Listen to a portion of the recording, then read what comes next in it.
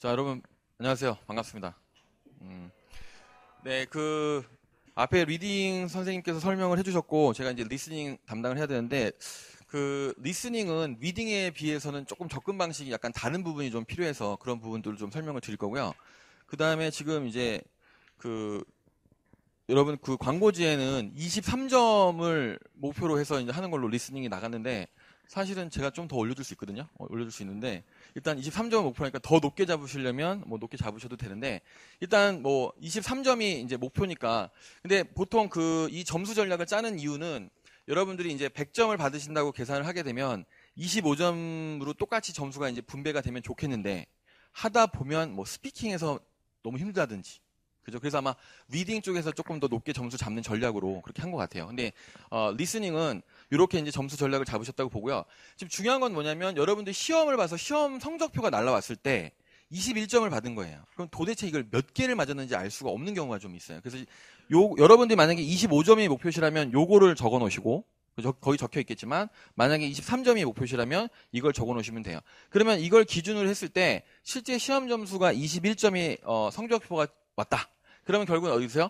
여기서 2개를 빼면 되는 거죠. 2점이 지금 부족하니까 여기서 2개를 빼게 되면 24개 정도를 맞았다고 보는 거예요. 그러면 전체적으로는 10개 정도를 틀렸다라고 볼 수 있는 거죠.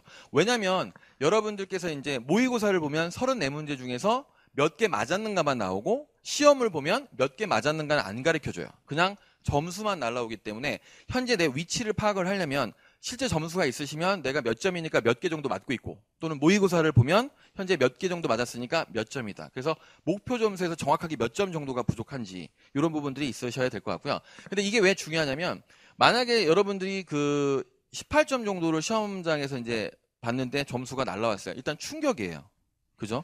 근데 18점인데 목표 점수가 23점으로 잡았을 때는 18점이면 뭐 엄청난 한 반 정도 맞고 반 정도 틀린 것 같은 그런 느낌이 들고 굉장히 좌절감을 느낄 수가 있는데 일단 침착하시고 그러면 18점인데 23점을 맞으시려면 5개를 더 올리면 돼요.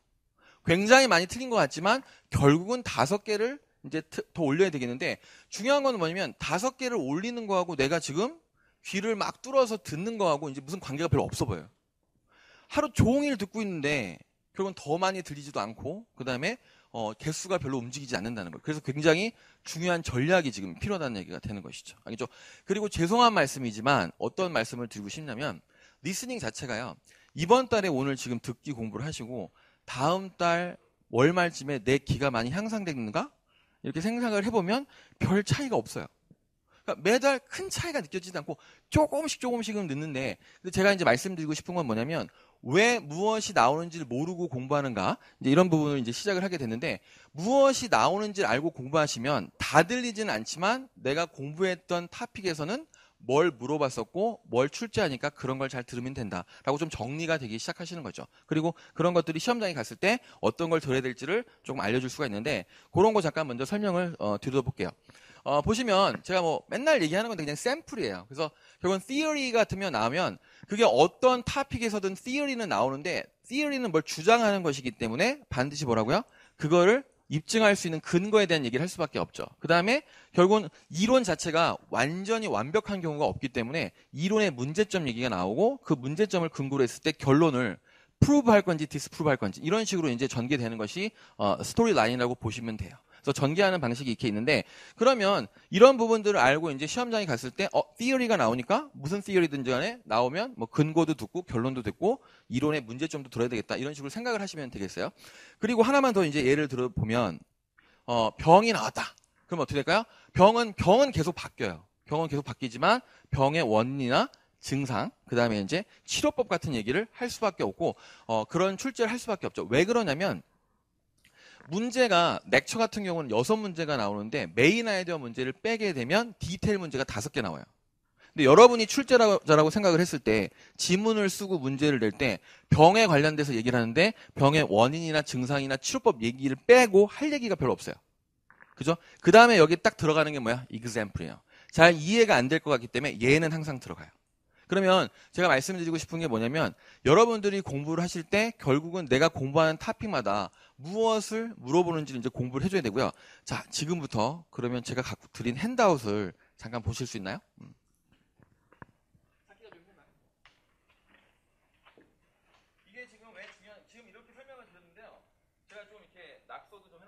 여러분 그 리스닝 보시게 되면 이쪽에 채점 기준 볼게요. 그 점수 전략 보시게 되면 리스닝 편에서 오른쪽 페이지를 보시게 되면 채점 기준인데 이건 제가 쓴 건 아니고요. 이 점수도 제가 쓴 건 아닙니다. 22점에서 30, 그 다음에 14점에서 21점 이렇게 나눠놨죠. 그러니까 중급과 고급 쪽으로 가는데 물론 뭐 22점이 고급이냐 뭐 이거는 두 번째 문제고 얘네들이 나누는 기준을 봤을 때 가장 중요한 부분 두 가지만 얘기하려고 그래요. 알겠죠? 그랬을 때 보면 여기 두 번째 박스를 보시면 두 번째 박스를 읽어보시면 뭐라고 적혀있죠? 그렇죠? 저기 더 distinguish 구별하라는 거죠. more important ideas죠. 어디로부터? less important ones. 이게 왜 굉장히 중요하냐면요. 자 보세요. 여러분들이 이제 두 가지 타입으로 이제 공부를 하시게 되는데 문제가 뭐냐면 잘 들리는 학생이 학원에 왔을 때 안 좋은 케이스를 얘기해 드리면요. 처음에 잘 들리는데 그러니까 처음에 잘 들리기 때문에 이제 문제를 풀면 잘 포인트를 잡아요.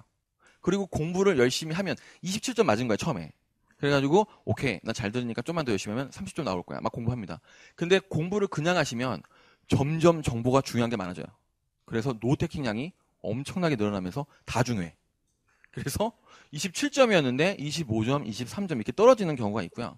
그 다음에 처음에 18점 정도로 시작을 해요. 그래서 열심히 공부하니까 한 22점 정도까지 올라가요. 그죠? 그러다가 다시 열심히 공부하면 다시 18점 정도까지 떨어지는 경우가 있어요. 요때 완전히 멘붕이에요. 4개월 동안 18점으로 시작해서 계속 18점이 되는 것이죠. 근데 두 가지 원인을 말씀을 드릴 테니까 그 설명을 잠깐 들어보시기 바래요. 왜냐하면 뭐가 중요한지를 모르고 이제 전부 중요해지는 거야. 그리고 나서 더 많이 들리면 적당하게 ETS가 오답을 써요. 그러면 이제 들렸던 정보가 오답으로 막 나오기 시작해요. 옛날에는 안 들려서 틀렸는데 이제 들려서 오답을 쓰게 되는 거죠. 근데 여러분들은 그런 상황을 잘 모르게 돼요. 더 많이 들리는데 그냥 별로 점수가 올라가지 않는다 이렇게 생각되는데 그 샘플로 좀 예를 들어 드릴 거예요.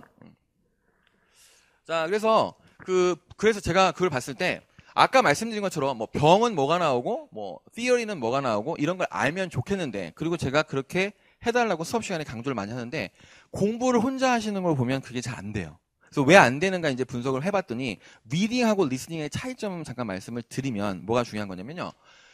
리딩은 어떤 부분을 물어보는 건지 유형 자체가 조금 분명하게 드러나는 경우가 좀 있어요. 근데 리스닝은 문제 유형이 분명히 존재해요. 출제자들한테는. 근데 물어보는 내용 자체를 반복하지가 않아요.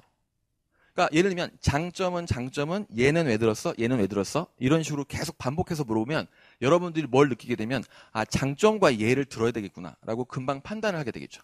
그래서 그런 부분에 대해서 ETS가 뭘 묻는지를 모르게 하기 위해서 유형을 약간 변형을 하는데 그 변형하는 부분을 오늘 잠깐 수업 시간에 설명해 드리려고 그래요. 그러면 어디에다가 포커스를 두고 내가 공부를 해줘야 이게 빨리빨리 향상이 되는지 그 부분에 대한 설명을 잠깐 해보겠습니다. 자, 그러면 이 부분이 이제 잘 되게 생소하게 들리실 건데요. 형태적인 유형하고 내용적인 유형이 일치하는 케이스하고요. 그 다음에 형태적인 유형과 내용적인 유형이 일치하지 않는 케이스가 있는데 이게 무슨 얘기인지 전혀 알 수가 없기 때문에 제가 샘플 문제로 간단히 적지 않으셔도 되고요. 잠깐 볼게요. 그 다음에 요 디테일 문제는 제가 좀 이따 설명을 드리고 형태적인 유형과 내용적인 유형이 일치하는 케이스를 보여드릴게요.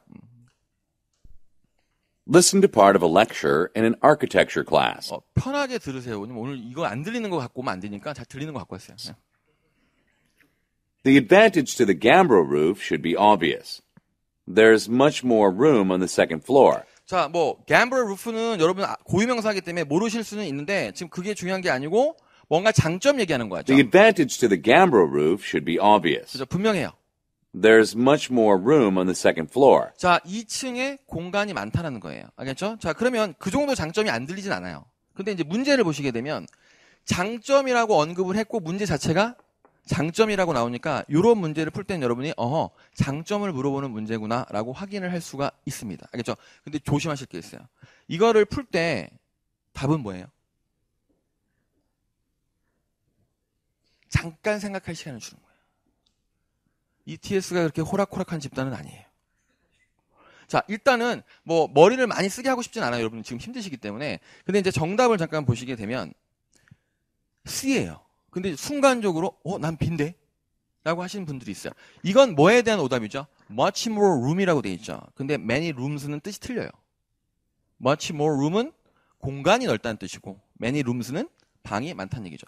지금 여기 보시게 되면 강의실이 much more room, 공간이 넓어요. 그러나 many rooms는 아니라는 거죠. 그래서 지금처럼 들리는 사운드 가지고 장난을 치는 케이스가 있기 때문에 이런 거 조심하셔요. 근데 여러분들이 만약에 제가 지난번 설명에도 이건 잠깐 설명을 드렸었고 또 하나 추가로 나갈 건데 이런 거에 B를 쓰시는 분들은 어떤 느낌을 받냐면 시험장에서 굉장히 시험을 잘 봤다는 느낌을 받아요.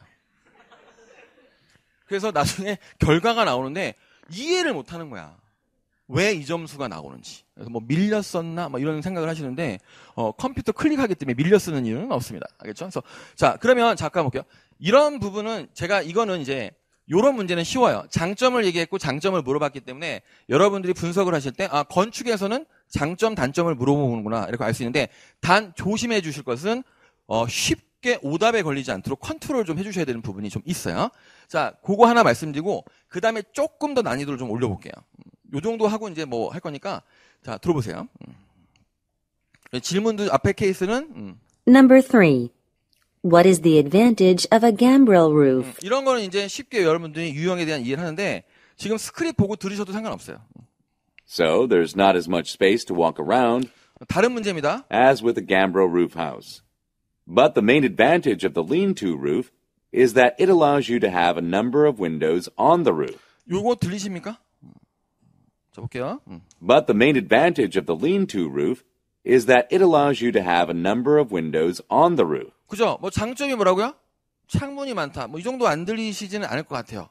혹시 안 들리시면 탭스를 가야 될지 몰라요. 알겠죠? 볼게요. 자, 근데 지금 두 번 볼게요. 두 번. 자, That you get a lot of light. 자, 근데 두 번째 장점 보겠습니다. 자, You get a lot of light. 다시요.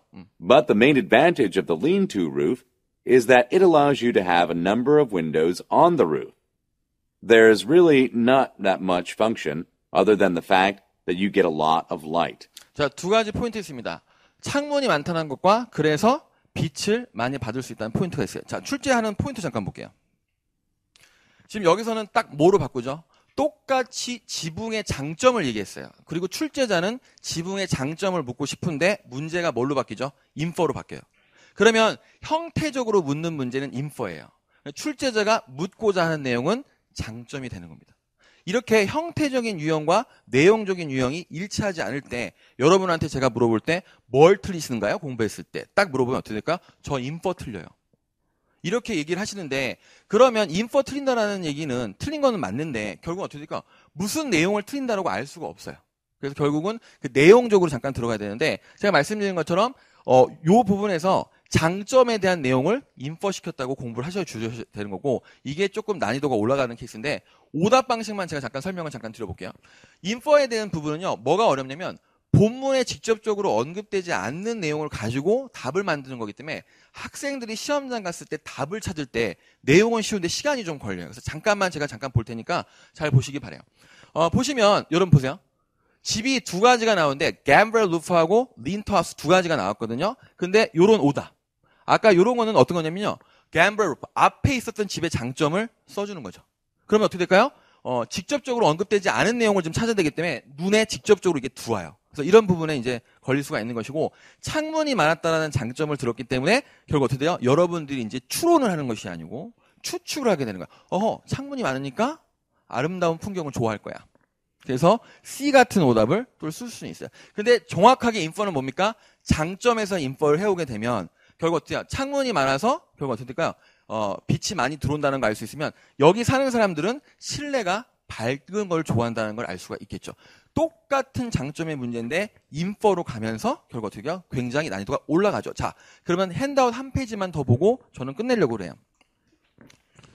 제가 여러분들하고 이제 같이 공부를 하실 때 여기 아까 봤던 거예요. 제가 설명은 다 했고요. 아까 ETS 그 채점 기준을 잠깐 보시면 맨 밑에 중급, 고급하고 중급을 나눠주는 게 제가 박스를 쳐놓은 게 있죠. 그 부분이 뭐라고 써있죠? inference예요. 그럼 어떻게 될까요? 21점으로 여기는 ETS 기준으로 말씀을 드리면 21점에서 22점 기준으로 이상으로 올라가시려면 뭘 할 수 있어야 된다? infer 문제를 하실 수 있어야 되는 것이죠. 그것은 안 들려서 틀리는 것보다는 듣고 infer라는 문제용 잘 이해를 못하시면 그 부분에서 이제 틀리게 된다는 거예요. 제가 하고 싶은 얘기는 딱 그거예요. 같이 공부를 했을 때 그냥 공부하는 것이 아니에요. 결국 어떻게 될까? ETS 채점 기준에 대한 철저한 분석을 통해서 뭘 묻고자 하는지, 뭘 알아야 점수가 나오는지 확실하게 분석을 해서 접근이 들어가셔야 되는지 그냥 많이 들린다고 점수가 올리게 해놓지 않았기 때문에 리스닝은 잘못하시면 가장 프로그레스가 없어요. 계속 듣기는 하는데, 그러니까 결국은 아까 말씀드린 것처럼 18점 정도에서는 계속 듣기를 하시면 듣기 능력 자체가 좋아지기 때문에 20점대 초반까지는 진입을 해요. 그러나 거기서 유형적인 난이도로 문제를 일으키기 때문에 점수 정체 현상이 온다는 부분이 있습니다. 그래서 여러분들이 공부를 좀 하시다가 제가 말씀드리는 걸 오해하시지 마시고 듣기 공부를 안 하자는 얘기가 아니고요. 평소대로 듣기 공부를 많이 해주시고 많이 들어서 점수를 올리는데요. 점수가 약간 정체 현상이 딱 생기는 것 같으면 빨리 자기가 어디에 문제가 있는지를 확인하셔서 그 부분을 해결해 주셔야 점수 리스닝이 시원하게 올라갑니다. 안 그러면 계속 듣고 굉장히 헷갈리는 그런 문제가 발생할 수 있다는 거죠. 뭐 여러 가지 말씀을 드릴 수 있어요. 리스닝은. 알겠죠? 근데 오늘은 여기서 저 인퍼런스 문제 정도만 설명을 드리고 저는 끝내도록 하겠습니다. 알겠죠? 항상 중요한 건 뭐라고요? 여러분과 저를 버리고 ETS 기준을 보는 것이 굉장히 중요합니다. 알겠죠? 그것은 또 0단계에서 또 잘 할 수가 있겠죠. 자, 수고하셨습니다. 예.